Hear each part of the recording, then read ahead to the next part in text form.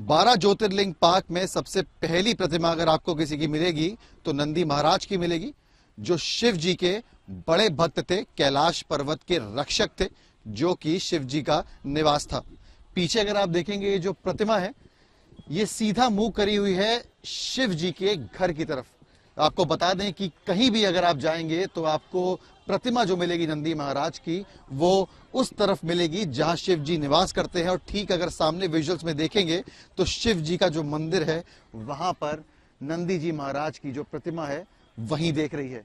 यहां पे अगर आप देखेंगे तो ठीक पीछे गले में जो घंटी बांध रखी है, ये बताया जाता है कि नंदी महाराज अपने पिता की तरह ही बड़े भक्त थे शिव जी के और भारी तपस्या की थी, जिसके बाद शिव जी ने प्रसन्न होकर उनको गले में ये घंटी बांधी थी, जो आपको हर प्रतिमा में देखने को मिलेगी। इस वक्त हम मौजूद हैं केदारनाथ मंदिर की प्रतिमा के बाहर, जो 4 धाम तीर्थ यात्रा स्थलों में सबसे पूजनीय स्थलों में से एक है।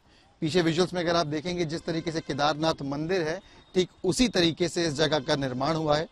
और यह किंवदंती है कि पांडवों ने महाभारत युद्ध के दौरान किए पापों का प्रायश्चित करने के लिए 5 केदार मंदिरों का निर्माण किया था, जिसकी प्रतिमा यहाँ पर आपको देखने को मिलेगी। क्योंकि समुद्र तल से 3500 मीटर की ऊंचाई पर है और पहाड़ों से घिरा ये पूरा मंदिर है, तो उसको यहाँ पर एक तरीके से प्रदर्शित किया गया है। ये जो पत्थर हैं ये लगाए गए हैं, जो अपने आप में ये प्रतीक हैं, ये दिखाते हैं कि वो पहाड़ों में हिमालय के उत्तराखंड के बीच में ये मंदिर है। यहाँ पे अगर आप देखेंगे तो ये दूसरा द्वार है जहां से अंदर जाते हैं और आपको दर्शन होते हैं।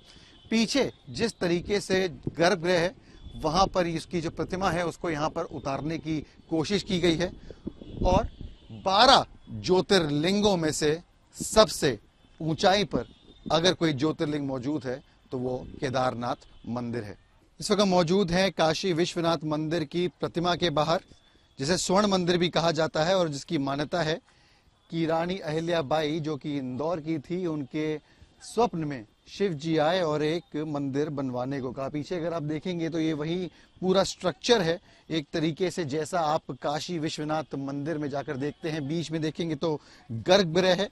आपको बता दें कि ये मान्यता है कि अगर आप इस मंदिर में शिव जी के दर्शन करते हैं और उसके बाद पवित्र गंगा में भी डुबकी लगाते हैं तो आपको मोक्ष या मुक्ति की तरफ पहला कदम माना जाएगा। शायद यही वजह है कि जो लोग इस वक्त प्रयागराज संगम में गंगा में डुबकी लगाने आ रहे हैं, वही लोग यहां से भारी संख्या में वाराणसी में काशी विश्वनाथ मंदिर भी जा रहे हैं।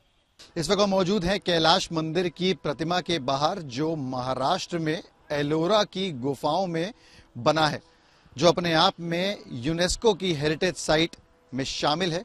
पीछे अगर आप ये देखेंगे जितना ही भव्य ये मंदिर असलियत में है, उसको ही उतनी ही तरह भव्य तरीके से यहाँ पर उतारने की कोशिश की गई है। पीछे अगर आप देखेंगे तो लोहे से ये बना हुआ है और जितनी डिटेलिंग इस मंदिर में है उतनी डिटेलिंग यहाँ पर करने की कोशिश की गई है। ये एक पूर्णतम द्रविड़म शैली का निर्माण है। यहाँ एक नंदी मंदिर है, गोपुरम जैसा प्रवेश द्वार है, जिसके आसपास मठ, मंदिर, सीढ़ियां और 30 मीटर ऊंचा भव्य विमान भी आप देखेंगे। यहाँ पर ये सीढ़ियां यहाँ पर बनाई गई हैं। इसके सामने ही जो वहाँ पर नंदी है और उनको बनाने का काम किया गया है। जो स्ट्रक्चर्स आपको मिलेंगे भव्य तरीके से यहाँ पर डिटेलिंग अगर आप ये देखेंगे तो यहाँ पर एक एग्जाम्पल के तौर पर जो हाथी है जो मंदिर में आपको देखने को मिलेगा, वहाँ पर जो नक्काशी मिलेगी और ये लोहे से जो है ये कहीं ना कहीं नट बोल्ट्स हैं, कहीं कहीं स्क्रैप है, ये उससे ये पूरा बनाने का काम किया गया है, जो अपने आप में अद्भुत है। यहाँ देखेंगे तो स्पॉटलाइट्स यहाँ पर लगाई गई हैं और शाम होते होते इन्हीं लाइट्स जैसे जब ये मंदिर जगमगा उठता है तो लोगों को भी यहाँ पर अद्भुत अनुभूति होती है। इस वक्त मौजूद है रामेश्वरम मंदिर की प्रतिमा के बाहर, जो पूरे 12 ज्योतिर्लिंग में सबसे ऊंचा कक्ष स्थान जिसका है। जितना ऊंचा रामेश्वरम मंदिर है ठीक उसी तरीके से उसकी प्रतिमा को यहाँ पर उतारने की कोशिश की गई है।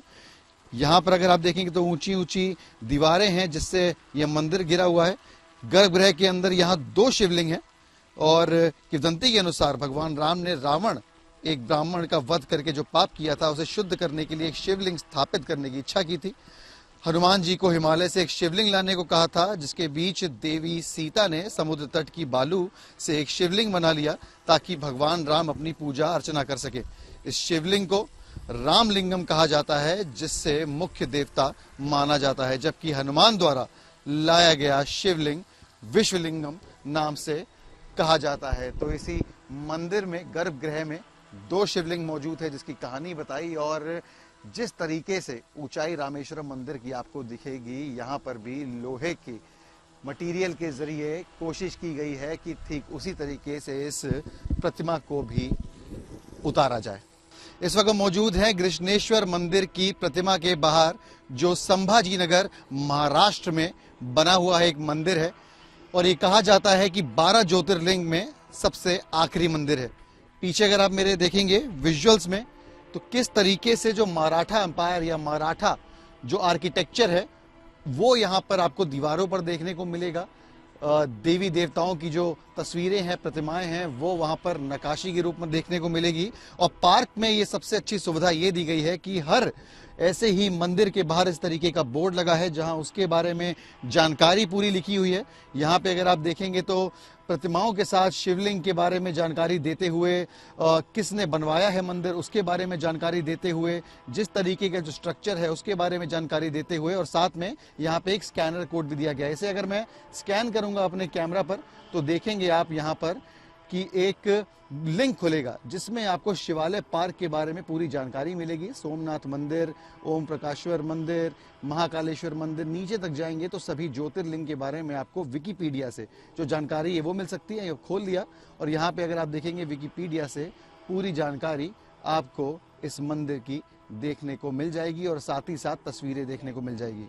तो अपने आप में ये सुविधा यहाँ पर उन लोगों के लिए दी गई है जो महाकुंभ नहाने आ रहे हैं, और उसके साथ अगर 12 ज्योतिर्लिंग के दर्शन नहीं भी करे हैं तो यहाँ पे आके कम से कम उनके बारे में पता लगाने पाए और इतिहास और धर्म के बारे में जानने पाए। यहाँ पर कुछ लोग भी हैं, कोशिश करेंगे उनसे बात करने के लिए।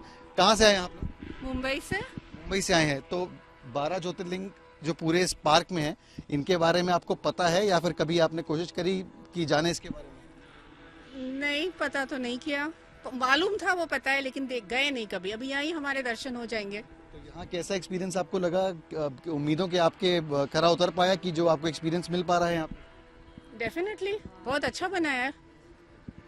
Anything you want to add? I think जो उम्मीद किया था उससे भी अच्छा है। उम्मीद से भी अच्छा है। तो आप लोग यहाँ पर कुंभ स्नान करने आए? हाँ जी। तो यहाँ पर क्या सोचा है उसके बाद कि यहाँ पर भी घूम लेते हैं? हाँ, ये पहले से ही पता था इस जगह के बारे में, तो वीडियोस में देखे थे हमने, सब यूट्यूब में देखे व्लॉग्स पहले आने के पहले।